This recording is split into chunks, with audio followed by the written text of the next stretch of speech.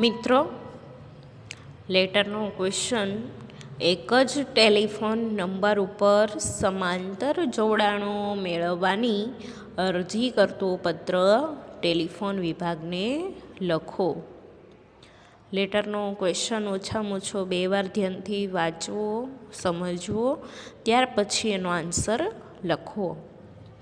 ફરીથી સવાલ, એક જ ટેલિફોન નંબર ઉપર સમાંતર જોડાણો મેળવવાની અરજી કરતો પત્ર ટેલિફોન વિભાગને લખો.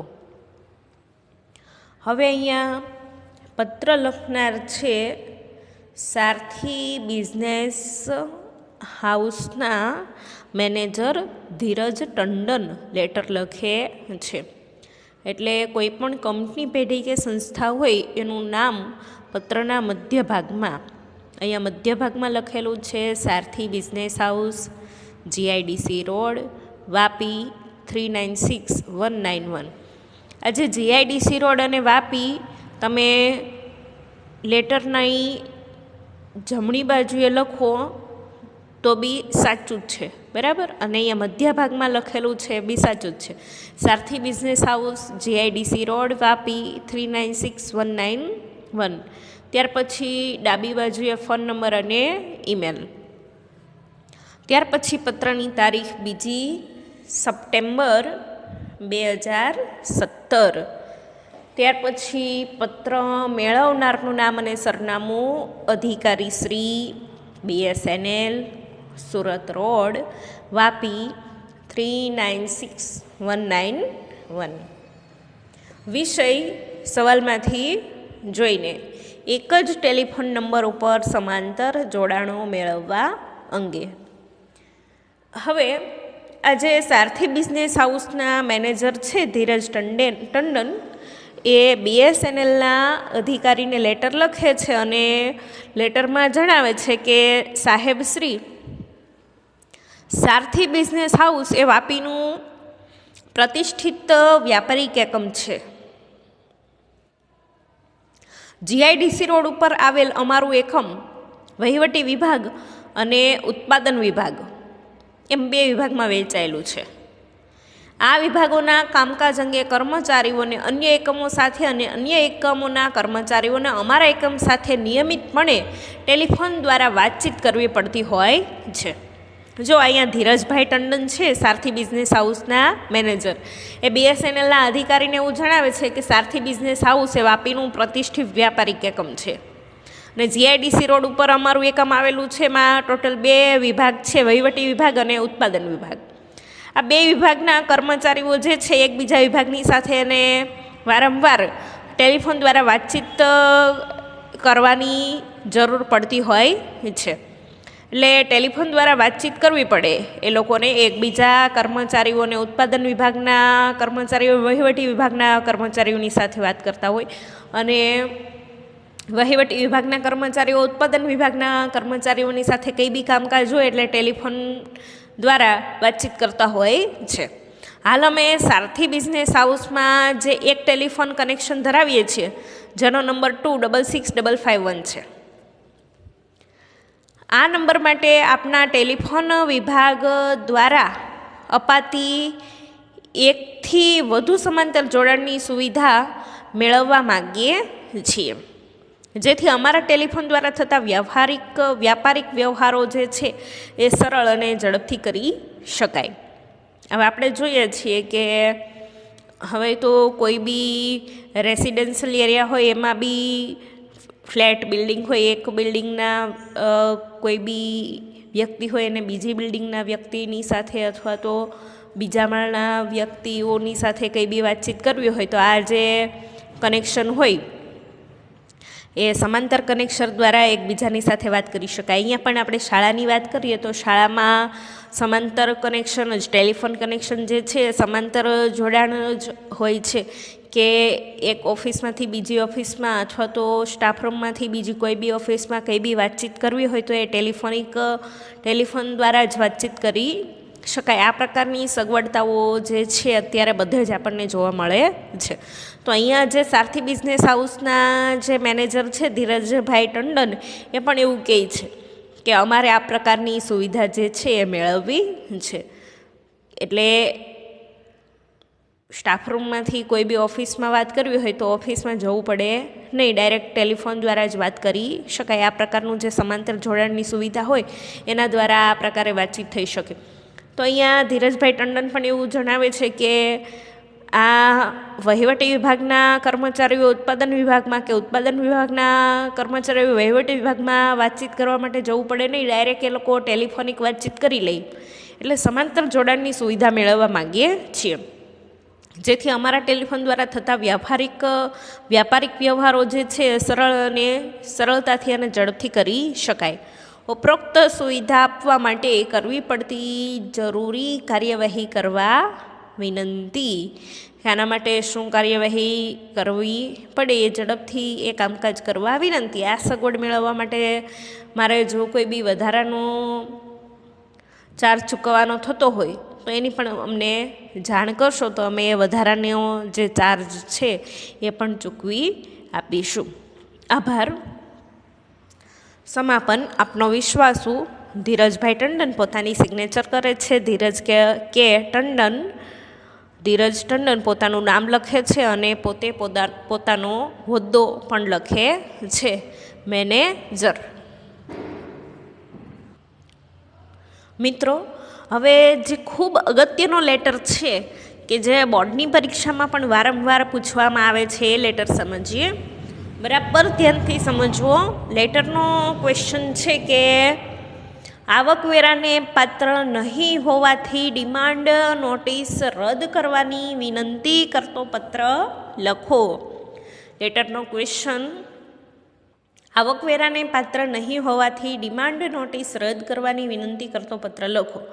હવે પત્ર લખનાર છે ડમડમ બુક સ્ટોરના માલિક હર્ષ પટેલ. એ લેટર લખે છે એટલે પોતાની જે બુક સ્ટોર છે એ બુક સ્ટોરનું નામ અને સરનામું પત્રના મધ્ય ભાગમાં લખે છે, ડમડમ બુક સ્ટોર, ઘ 2, સરસ્વતી કોમ્પ્લેક્સ, ગાંધીનગર 382010. ત્યાર પછી ડાબી બાજુએ ફોન નંબર અને ઈમેલ. ત્યાર પછી પત્રની તારીખ 12મી સપ્ટેમ્બર 2017. હવે આજે ડમડમ બુક સ્ટોરના માલિક છે હર્ષ પટેલ, એ આવકવેરાને પાત્ર નહીં હોવાથી ડિમાન્ડ નોટિસ રદ કરવાની વિનંતી કરતો પત્ર આવકવેરા અધિકારીને લખે છે. એટલે આવકવેરા અધિકારી શ્રી, બિઝનેસ સર્કલ 2, ગાંધીનગર 382010. વિષય પત્રના સવાલમાંથી જોઈને ડિમાન્ડ નોટિસ રદ કરવા અંગે.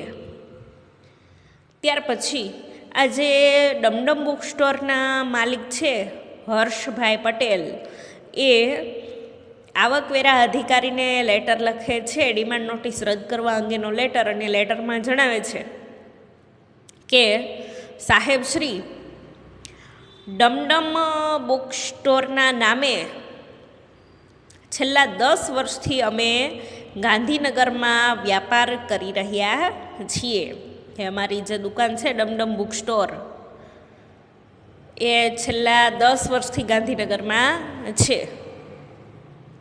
આવકવેરાના કાયદા અનુસાર અમે દર વર્ષે ઇન્કમ ટેક્સ રિટર્ન પણ ભરીએ છીએ. છેલ્લા 10 વર્ષથી અમે દુકાન ચલાવીએ છીએ. દુકાનમાં અમને જે આવક મળે છે એના પર અમારે ટેક્સ ભરવો પડે, તો અમે દર વર્ષે ટેક્સ ભરી જ દઈએ છીએ. અમારો પાન નંબર AEHPM 0570D છે. ફરજિયાત પાન નંબર લખવો પડે, બરાબર.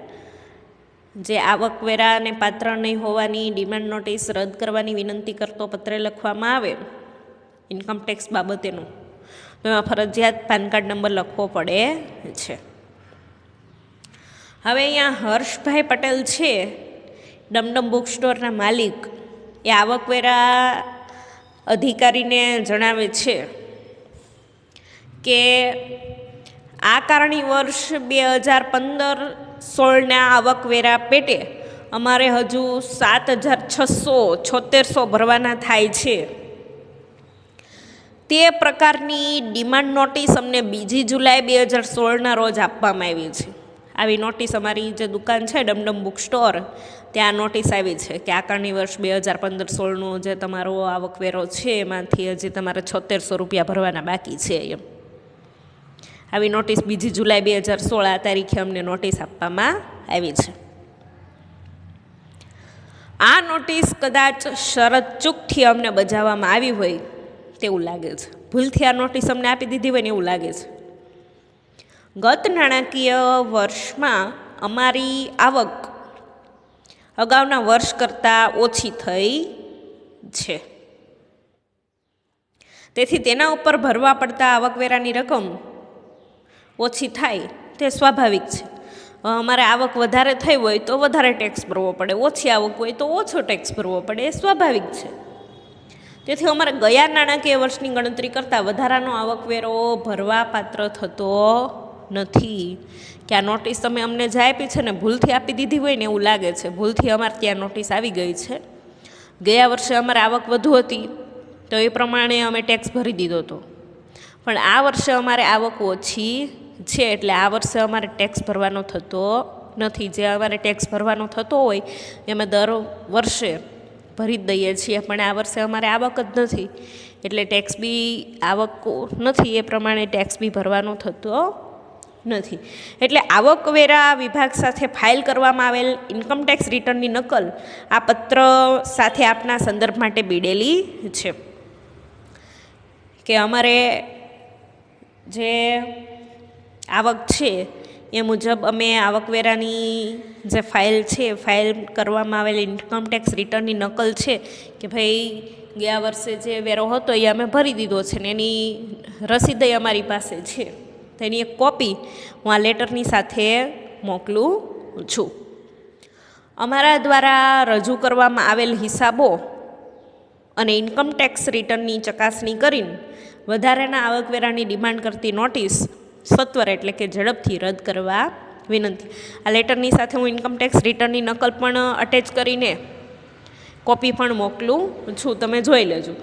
અને આ જે અમારા દ્વારા રજૂ કરવામાં આવેલા હિસાબો છે અને ઇન્કમટેક્સ રિટર્નની જે નકલ છે બધું ચેક કરીને જે વધારાનો આવકવેરો તમે લખેલો છે 7600 રૂપિયા એ અમારે આ વર્ષે ભરવાનો થતો નથી, અમે ગયા વર્ષે ભરી દીધો છે. એટલે આ જે ડિમાન્ડ કરતી નોટિસ છે એ ઝડપથી રદ કરવા અમે વિનંતી કરીએ છીએ. ત્યાર પછી સમાપન.